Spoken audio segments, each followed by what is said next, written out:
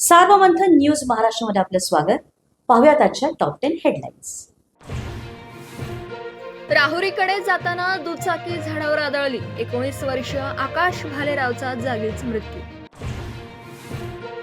बुधगाव येथे गणेशोत्सव मंडळाच्या गोडाऊनमधील साहित्य चोरीचा गुन्हा उघडकीस. 2 तरुणांना पोलिसांनी घेतलं ताब्यात. मतदानाआधीच भाजपाचा विजयाचा षटकार. कल्याण डोंबिवलीतील 3, धुळ्यात 2 तर पनवेलमध्ये 1 नगरसेवक बिनविरोध. नागपूरमध्ये देवेंद्र फडणवीसांच्या बालेकिल्ल्याला खिंडार. 40 पदाधिकाऱ्यांनी दिले राजीनामे. मीरा भाईंदर महापालिकेत उत्तर भारतीय महापौर बसेल. भाजप नेते कृपाशंकर सिंग यांचं विधान. विरोधकांकडून कृपाशंकर सिंग यांच्या विधानाचा समाचार. मुंबईत वंचितनं काँग्रेसला 16 जागा केल्या परत. योग्य उमेदवार न मिळाल्यानं निर्णय. संबंधित 16 जागांवर आता वंचित आणि काँग्रेस दोघांचेही उमेदवार नाहीत. वडेट्टीवारांनी व्यक्त केली नाराजी.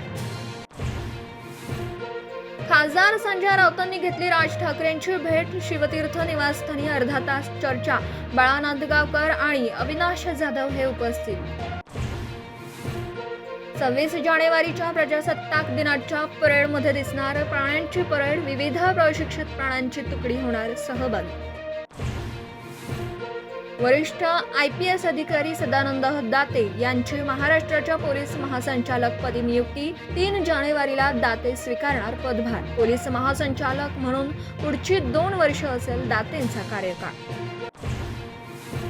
राज्यात सिंडिकेट नेटवर्क असलेल्या श्रीरामपुरातील बंडी जहागीरदारवर गोळीबार करणारे नेमकं कोण व कशासाठी केला हल्ला? पोलीस लावता आहेत छडा. सार्वमंथन न्यूज महाराष्ट्राला लाईक करा, शेअर करा, सबस्क्राईब करा.